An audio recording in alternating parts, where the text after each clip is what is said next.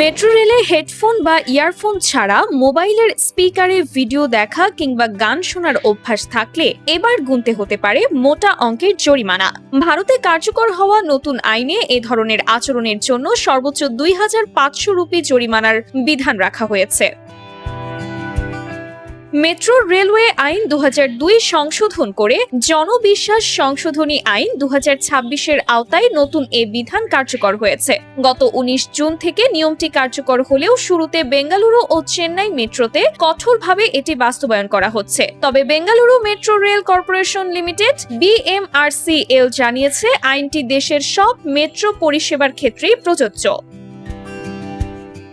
নতুন নিয়ম অনুযায়ী যেসব আচরণে সহযাত্রীরা বিরক্ত বা অসুবিধায় পড়বেন সেগুলোর জন্য সর্বোচ্চ ২,৫০০ রুপি জরিমানা করা যাবে। এসব আচরণের মধ্যে রয়েছে স্পিকার চালিয়ে ভিডিও বা গান শোনা, মেট্রোর ভেতরে উচ্চস্বরে চিৎকার, অশালীন ভাষা ব্যবহার, মাতাল অবস্থায় যাতায়াত, থুতু ফেলা, মেঝেতে বসা এবং মেট্রোর সম্পদের ক্ষতি করা।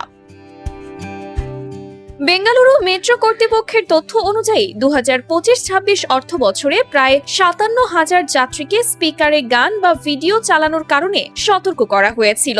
আগে জরিমানার পরিমাণ ছিল ৫০০ রুপি, তবে বেশিরভাগ ক্ষেত্রেই সতর্ক করেই ছেড়ে দেওয়া হতো, ফলে এ প্রবণতা কমেনি। এ কারণেই জরিমানার পরিমাণ বাড়ানো হয়েছে।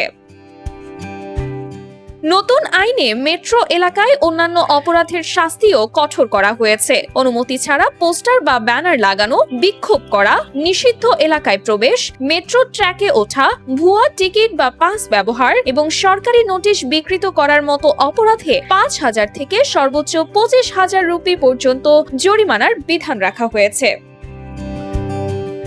Sumaiya Snigdha, news desk, daily our Bangladesh.